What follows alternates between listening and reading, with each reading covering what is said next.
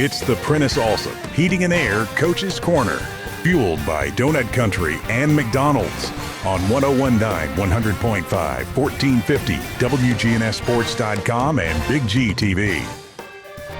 We're back here on the Coaches Show this morning on WGNS and Big G TV, and our coverage is brought to you in part by Parks Auction Company. Parks Auction helps get more money for your property. That's parksauction.com here on WGNS and Big G TV, bringing you your coverage here this morning. Time to talk some Riverdale sports. And Will Kriesky joins today. Will is the head coach of the Riverdale Warriors, and last night's final was 49-0 over Laverne. And kind of that was week before. That was the week before. We were 35-7. I'm sorry. 35-7. 35-7. That was Blackman that played Laverne. I'm not you mad. played Stewart's Creek. Creek. Don't make that mistake. 35-7 over Stewart's Creek. So only allowed 7 points in the last 2 weeks. That's all right. Yeah, we did. Coach Rails upset. I put in a young kid at running back, and he fumbled it, and they scooped and scored. So, that's not on the defense. That was on the offense. And I got to do a better job with ball control with some of my younger kids, running backs. And we were getting, after half, we started putting different kids in different spots and getting them reps and things like that. But, yeah, the defense have played really well. And, to their credit, I want to say they've only given up no points in the last 2 weeks, Yeah. Somebody was yelling they need to fire the running backs coach last night. And I think the OC might have agreed. But, unfortunately, I do the running backs coach, so I guess I'll keep him around for a little bit. Might as well, Yeah. It's hard to make a change in the middle of the year. That's good. You're exactly right. You plan for games like that, and Laverne is. I did it again. Stewart's Creek is a program that, gosh, last year they were region champs over in their other region before things got combined. So, I mean, to me, that just made this whole region just a whole lot tougher. And you got the best of them last night, but you don't know that that's going to be a guarantee from year in and year out for sure. No, Coach Cardell and the staff, they do a great job. I know a lot of guys on that staff and worked against them in different programs, and they do a phenomenal job. They just kind of been bit with the injury bug here lately. Their quarterback's out, running back's out, and they're missing some key pieces to their puzzle. And when you miss those key pieces, sometimes it's hard, and it's going to take them a few weeks to get adjusted and everybody playing together. And I thought their quarterback last night did a great job. He commanded the offense, ran the offense well, and did what Coach Cardell asked him to do. Our defensive guys just made plays and flew around, and I thought I was really proud of them because, facing the wing tee and all the formations they had last night, and it took us a couple of series to get adjusted and get our alignment corrected, but once they did, they settled down and played some football. Well, it's not like in this region we haven't had, become accustomed to that style of offense, but that's why the wing tee is so effective, is because it's just so hard to figure out who's got the ball, and it could be – you see the same formation, it could be any one of 4 or 5 players that have it. Yes, and they do a really good job, and you got to be very disciplined, and that's what our guys worked on all week, is being disciplined and reading their keys and doing their job and not trying to overdo their job and do somebody else's job, because if you do get out of place or miss a read, they could hit 6 real quick and get 6. So, but I thought they were patient and ran the ball really well last night. Is that the key against that type of offense? Is patience and being where you're supposed to be. You handle your area, and trust that your teammate's going to handle theirs. Yeah, yes, and you can't fall asleep because they'll hit you with a pass. So again, if you're not doing your job, let's say safeties are trying to come down and just play the run nonstop, well, they're going to give up a deep ball. So you just have to know your responsibility each play. And the big thing is alignment, making sure your alignment, where gaps sound. And again, I thought they did a good job adjusting to it as the game went on. Last night, your quarterback had a touchdown run, a 55-yard touchdown pass, and to that freshman phenom, right? Yeah, they did a good job, and Luke did a good job getting open. Gavin scrambled around on that play and found him, and Luke kind of slipped behind the defenders and was wide open, and they made a great connection. And again, they're doing a good job getting better each week and catching the ball. And Braylon Burns and Zayden Jones had a great job on the offensive side, and that all the guys are starting to come together. Tally Riley Talley made some great catches last night, and then Jacob Vaughn, we handed him the ball with 3 seconds left and a half, and he takes it 88 yards for a touchdown. So, I thought those guys, and especially those guys up front, are growing up each week and getting better, and doing the little things correctly that we've asked them to do throughout the week. Coach, you mentioned Luke, or we kind of started out with that, and I said freshman, and then it kind of dawned on me. We have several freshmen in the whole region that are starting this year, but it is very difficult to crack the starting lineup as a freshman or even a sophomore, really, in this league and at Riverdale. Yeah, I can't count, but maybe 2 guys since I've been at Riverdale, and I've been there since '09, that's come in and played as freshmen on Friday nights, and for him to do that, it's just his mentality, his work ethic, and just how he believes and just how he operates. He doesn't operate as a freshman, just how his work ethic, his mentality at practice, and it's just very impressive what he does every day and every week. Sometimes it's really hard. I mean, you have a kid come up and they're a good, solid football player, but they may not start getting very many varsity reps for until their junior year, and it's kind of hard to sit back when you want to play, but you have other opportunities with JV and freshmen and that kind of thing, and really development. But that says a lot about here, where other teams, if they graduate a senior class, and they're going to be very young, you may see all freshmen and sophomores out there playing. That's the difference in Rutherford County and other places. I think. We lost a lot last year, but then we filled them in with juniors and seniors, and again, that's what you talk about, the depth of these programs and having large numbers in our programs, and we do. I think Rutherford County does a great job with promoting our JV games and getting those kids better and taking those JV games serious on Monday nights, and everybody keeping up with the record. And I think that just says a lot about our county, because that's developing all our kids and our program. All our programs in our county is very, very. It's very important for us to be able to develop those kids on Monday night.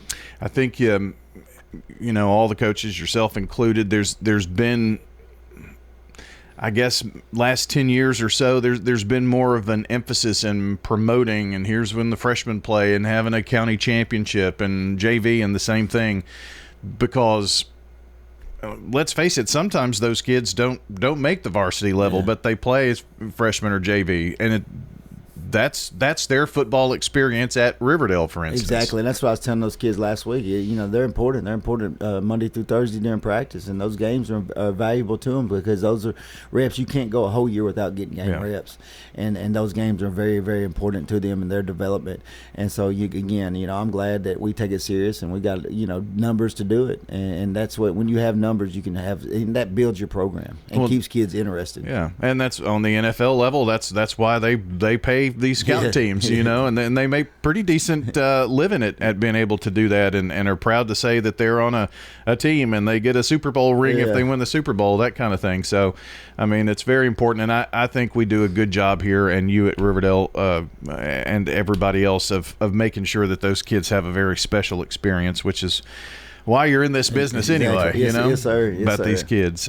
Jacob Vaughn, you mentioned 2 touchdowns. That was 88, 89-yarder. That had to be something spectacular. It was a really good run, and I thought he made some good reads and good cuts. And at first I was like, he might get it. We were just actually trying to run the clock out and get to the half, and he took it. And every time he touches the ball, he has that mentality. He wants to score. Yeah. So that was really, especially at a sophomore, impressive just to see his determination on that run. That's been one of his runs that showed me that he can be a player, and we're going to keep putting our foot on him, making him grow up. Well, we kind of spoke about this just right before going on, that it's hard to believe that this is midway through the regular season in high school football. It's crazy. It's gone by fast. The first 5 weeks, and the next 5 weeks will fly by too, and with the fall break thrown in there. So, it's crazy that we're already sitting here playing Columbia, getting ready for the Columbia week, and it's going to be a big week. And I know it's a non-region game, but they've done some really good things. And the coach, they got alumni coaching them. He's brought a lot of pride and enthusiasm back to that program, and he reached out to us for this game, so I know they're going to be loaded and excited and ready to go. We've definitely, over the years, have had some wars with Columbia. I can remember going to Columbia with Riverdale back in the day, and we go to broadcast the game and get there, and I'm setting up in the place that we're supposed to be, and the band director comes up and he says, you can't be here. You've got to, and so that's when Jeff Jordan and I were doing the games, and Bobby Weston and Bobby Gardner, and so Jeff just talks to this band guy, and so what do? I continue to set up everything. Yeah. And then 5 minutes later or whatever, well, we're already set up. We really can't break down. Gotta win there, but they're very serious about everything at Columbia. But a good rivalry is the point. Yeah, it'll be a good game. Good, like you said, good rivalry. Opponent we haven't seen in a while, so it'll be good for us and good work for our kids. And we got to come ready and prepared and have another good week. It's not a homecoming or anything? It is. Okay. I thought so. Yes, it is homecoming. My favorite week of the year. A coach's dream. Yes. I'm a routine guy and schedule guy, but my routine and schedule will be thrown off. And again, everybody does a great job getting, from Miss Proctor and Rainey and doing the homecoming and getting everything set up, and the administration getting all those things going to have a fun type week for the kids. And the kids at the school deserve that. They deserve a week like that. Yeah. Do you you've got obviously football on the mind, and there's a happy medium. Again, these are kids. Homecoming is part of the high school experience.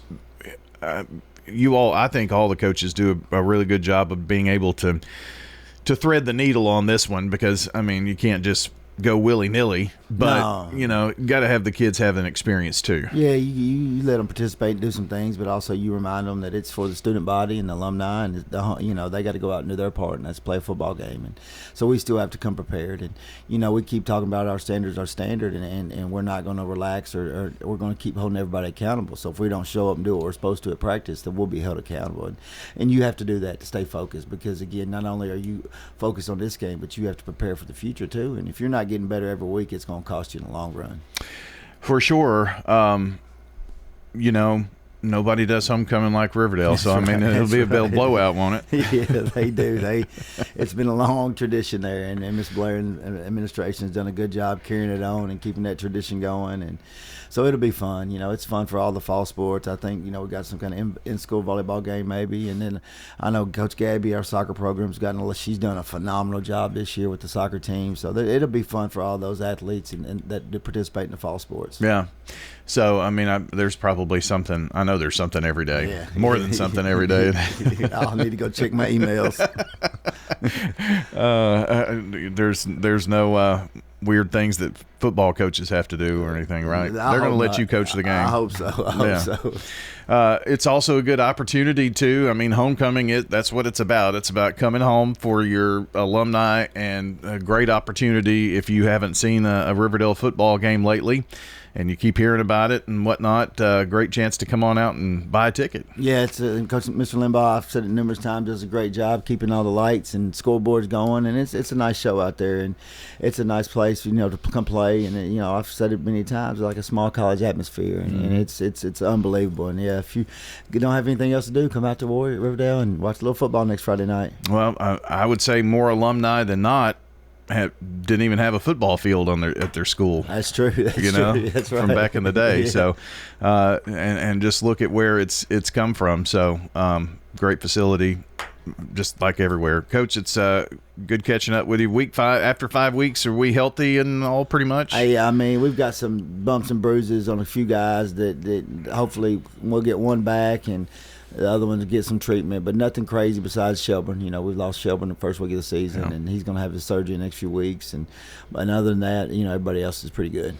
Well, that's a good place to be as we roll into the second half of the season. Appreciate you joining us here this morning. I appreciate it. Thank you. All right. Homecoming week for the Riverdale Warriors as they take on Columbia Central next Friday night.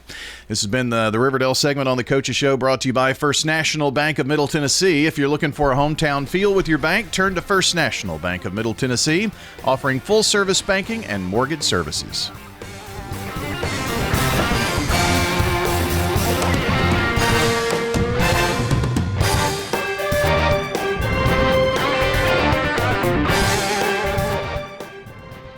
Winners Trophies can help you with customized awards for any occasion. Owner Kelly Hockenberry continues to provide awards for sports teams, churches, recognition awards, and more. Call Winners Trophies at 904-6002. That's 904-6002 for the best in quality, service, and pricing. You can also email Kelly, winnerstrophy@comcast.net. That's winnerstrophy@comcast.net. Any award for any occasion. Winners Trophies, 904-6002. We're talking with Anne Marie Brents at Rick's Barbecue on Warrior Drive.